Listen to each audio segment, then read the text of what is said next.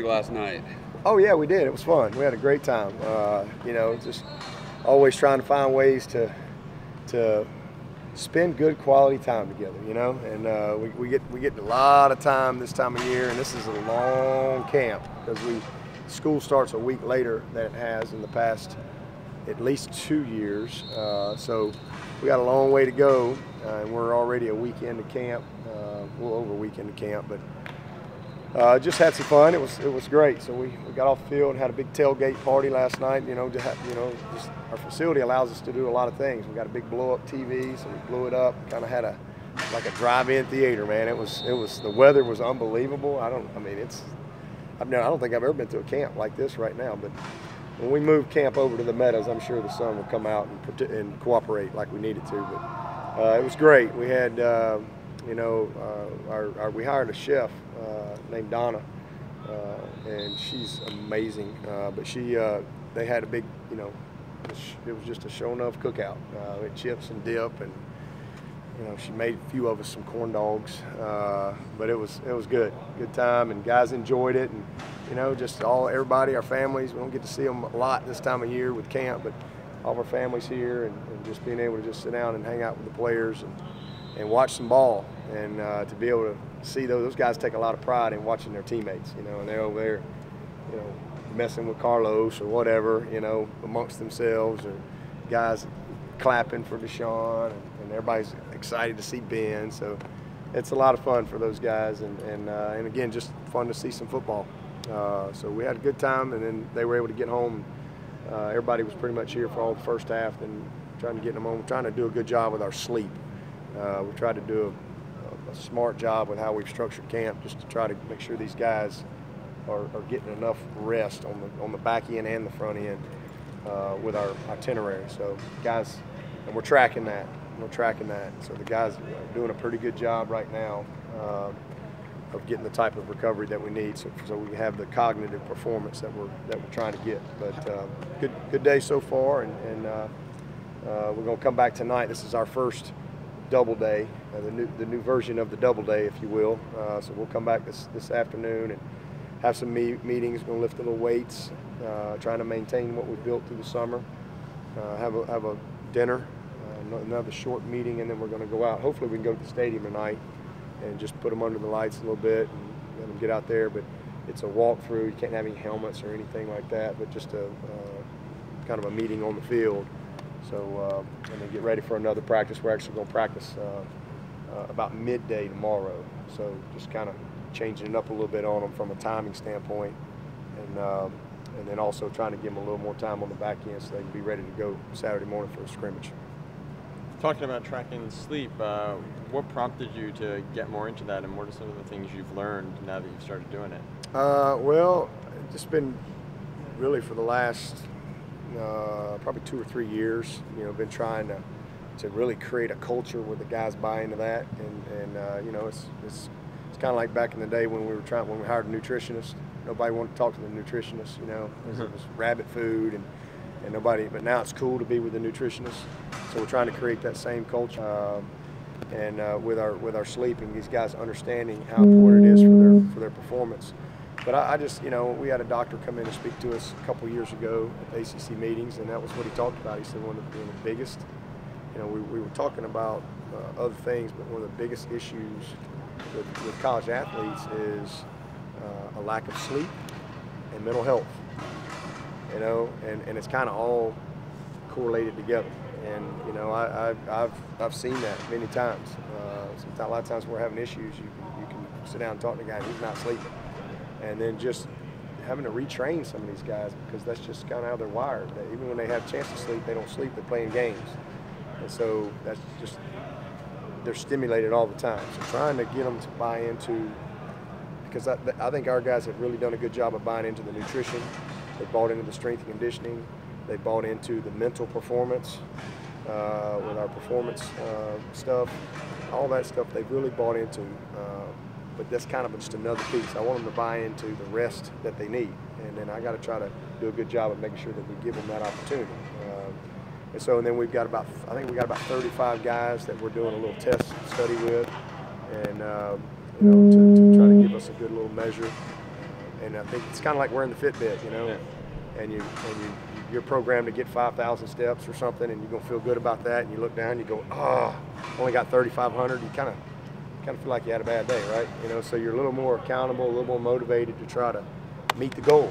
And it's one thing, these guys are goal oriented, and they will buy into it. And I know as a result, they'll feel better, which hopefully will help them be a little more attentive in their classes and certainly in football. So it's just something we've been working on for a couple years, but this year we got a little more technology that we're trying to use.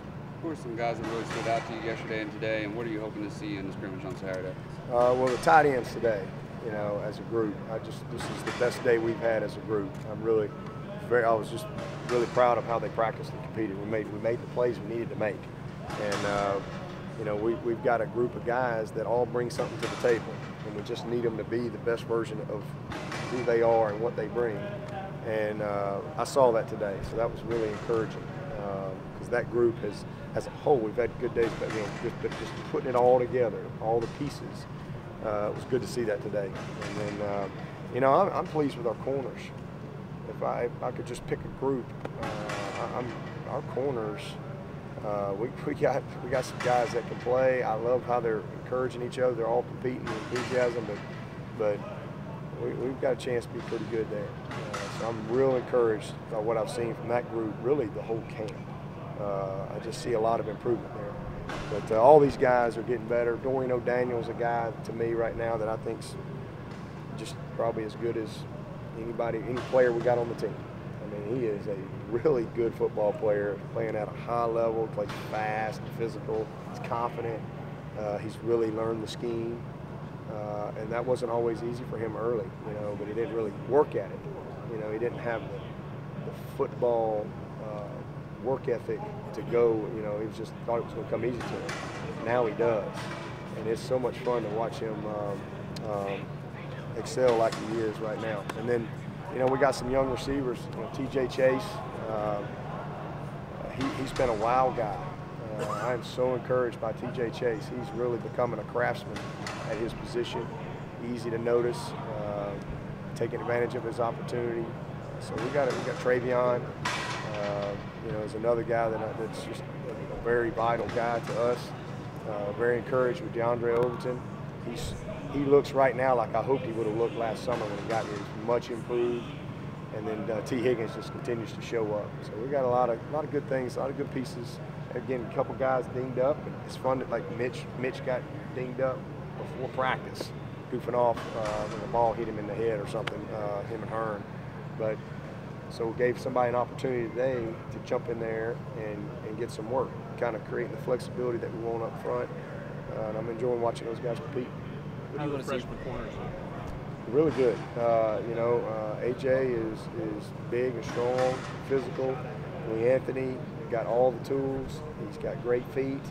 You can tell he was well coached in high school. He's got to get a little stronger. That's one area for him. But he's got. They're both what we hoped they would be. Excited about both of them. What do you want to see from the quarterbacks in sports? Just decision making. You know, make the right decisions. Be a consistent decision maker. Sometimes when you're going against each, it's not like we're spending a week game planning against an opponent. You know, sometimes when you've got 7 or 8 days of installation and they've got 7 or 8 days of installation, it's not always going to match. We're trying to get good for Clemson, and sometimes it just don't match up very good. That's okay. It's okay. But did you make the right decision? You know, that's really kind of what I'm evaluating, and then make the plays that are there. The plays that are there, let's make those. You can't go catch it for them, but you know, are we making the right decisions in the running game with the protections? Are our eyes on the right things? Making the right decisions in the passing game? Do we make plays with our feet? Those are all things we're looking for, but just a consistent performer. That's because they all can do the job. They all can go and play, but consistently, who's making the fewest mistakes? Those mistakes will get you beat, and we've got to try to minimize those if we can. So that's really what we're looking for. And again, there's going to be some bad plays, just because. Same thing for the defense. There's going to be some bad plays against them because they're working on something and it doesn't quite match up. Maybe they wouldn't do it if they were just game planning, but we got to get ready for the season and we understand that as coaches. Are you As considering? far as the injuries go, you were hoping to get Amari and Cornell? Yeah, I think Amari was close to. Cornell's been back. He came back yesterday, and he's not still quite. He's not quite 100%, but he's getting closer. And he actually had a couple of really nice routes and redirects and break points. So it was good to see him that way. But he'll be fine as he continues to be able to cut it loose. Amari felt like he could have gone today. We just kind of held him another day just to make sure we give that a little more rest. He was a little tender there on his Achilles, but he'll be back probably tomorrow. And Logan Rudolph's another guy that has been out. We're going to try to get him back into practice here pretty soon. We're going to have to harness that shoulder. At some point, he's going to have surgery again on that shoulder to fix he's got like a little piece in there that's got to be repaired. Probably could play, but if we end up making the decision to play him, then he'll probably miss spring. But we don't have to really make that decision right now. We just kind of see what happens in camp. Keep bringing him. He could play. He's just going to get used to wearing the shoulder harness. So he's another guy. We're going to get back in practice and see how far we can get him. Cleveland and Crowder were. Shadell's he strained his calf, so hopefully he'll be back sometime next week. I think Cleveland and Crowder were in yellow the other day. Were they back today? Crowder was back. Cleveland was still out. He had everything's a concussion. That's just how we respond to everything nowadays. Anytime anybody gets a little dinged up mentally, we send him out. So he just got a little shaken up the other day, and so we put him right into the protocol.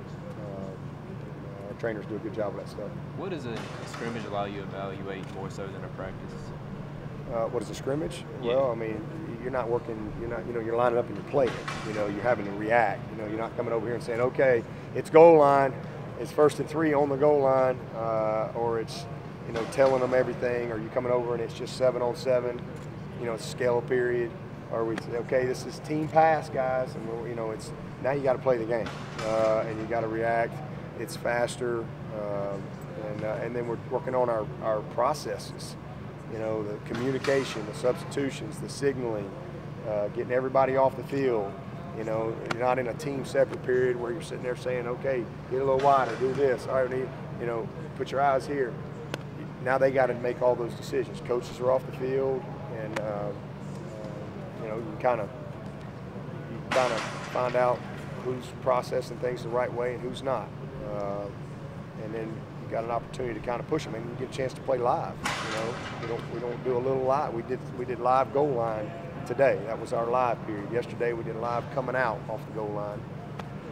Saturday the whole thing will be live. So it's just who's ready and who's got a little more work to do. Are you considering going completely live with the quarterbacks at all? No, not right now. Back to the decision making of the quarterbacks. Is that what has allowed Kelly to kind of distance himself a little bit so far? Yeah, he's just he's a junior. He's been in the system. He's been sitting in that meeting room for 2 years, and he's been on the sideline. He's been on the headsets. He's just got a lot of knowledge, and because of that, and the work he's put in, his confidence is just at an all-time high.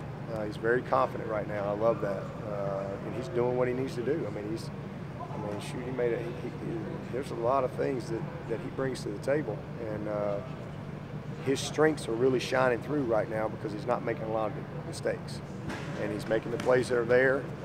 And he's very confident. He's pulling the trigger on time. So he's doing a good job. And, but all those guys are doing a good job. I'm telling you, I think we can win with any of them. I really do. As far as T Higgins goes, you said he's been really impressing you. What are some examples of things he's really impressed you about? T, Yeah. his ability to go get it. He's got great body control. He's physical. I'm very, very encouraged with his toughness. You don't really know till you start coaching the guy how they're going to respond to what they get on this practice field, and he hadn't backed down a bit. He's a tough, physical kid. He's got great lateral movement, and he can get off the jam. He's taken to the technique pretty good. DeAndre last year really struggled. Wasn't very strong, and just really, from a technique standpoint, really struggled. And now he's at another level, but he's put the work in. Whereas T, just very natural for him, and he's a 200-pound kid right now. That's got some. He don't look strong, but he's got some natural strength, and he's got the mentality. I love his mentality. Ball's in the air, he wants to go get it. He has zero fear, no fear whatsoever. Obviously got great ball skills, and it's hard to overthrow him. He just gallops. I mean, you think he'll never get to it, and the next thing you know, he's right there, and he's got his hands on the ball. And then he's very coachable. He's a great kid. I mean, he really is. He wants to be coached. He has no entitlement to him. He just falls in line and goes and works every day, and I love that. Is his physicality more Nuke or more Mike? Well, he's when Nuke first came in here, he's got a little more of that Nuke mentality. Nuke he just wasn't very big and wasn't very strong. I mean, he really looked like a basketball player when he got here, but Nuke would claw your eyeballs out too. He might have only been 185 pounds, or if that, when he got here. But he wasn't a great technician early as a freshman. But man, he would fight you for the ball. He had that type of mentality, and I think he's got that. Whereas Mike, Mike was a little more like DeAndre, had a little more of a basketball mentality as a true freshman. Guy just coming in here, but he quickly, started to make the adjustment, and then Mike became a big, obviously strong, physical, guy. And I think T and DeAndre will get there. I think both of those guys are going to be, 220-pound guys plus that have great catch radius, and both of them got good ball skills and body control. Going back to the tailgates and team nights and stuff, what are some of the things you guys do to break up the monotony of camping to keep these guys having fun? Oh, we just, we bring in speakers. We had Ernest Biner in here yesterday. Y'all may remember him. We bring in all kind of speakers. Come in and talk. We brought a guy in that did an unbelievable job early in the camp. A guy named Damon West. He's just got paroled. Great story. He's been out about 19 months or so, but so we bring in speakers. We do things within our team. Even the way we start practice. Right now it's competitive to see. We make them compete on everything, like who's gonna travel. Because when we're doing all of our team periods, either the offense has to travel or the defense has to travel, and I've been making them compete on that. We've played spike ball. We've had a go route, see who can complete it to the offensive lineman and the defensive lineman. We've had cornhole a couple times, and whoever wins, then they get to stay home, and the loser has to travel to all the competitive periods. So we do stuff like that, and then we got other things planned throughout the course of camp as we go through to make sure that we're getting our work in, but also just building that team and challenging them in other ways outside of football. And so we got a lot of things going on. I mean, we got several other guys coming in to speak. Obviously, we'll take them up to the reserve sometime next week. So we've got a few little things where we're gonna have some fun with them. Before we go, I gotta ask. You watched the game last night. So, what are your thoughts on Deshaun and how he played in his first game? He looked like he'd been there for about 5 years. He's just Deshaun. He's just poised. You can tell he's put the work in. No big shocker there. Poised, confident. Knew where to go with the ball. Had several drop balls and a fumble. Cost him a couple of opportunities, but just very confident, very much in command. And then he just has that ability to extend plays. And he's faster than you think, but he's just a very, very smart football player and strong arm. I think maybe missed one throw or two on a little seam throw. Got a little geeked up on that first seam ball, but just very, very, very comfortable. Just looked like he belonged. And like I said, looked like you'd never know he was a rookie. Looked like he'd been doing it a while, but that's a testament to him. That's just, he's always going, whatever you think he should be, he's always going to be beyond that. He's wise beyond his years, and I think it'll continue to be that way for him. But I was very proud of him, and it was fun to see Carlos, and I think all those guys got a picture after the game. Of course, Nuke didn't play a whole lot, but always good to watch him play. DJ Reader, and then seeing Ben out there was great. And then Gilly, I think, is with the Texans now too. But it's always fun. Take a lot of pride in watching those guys. Thanks, Coach.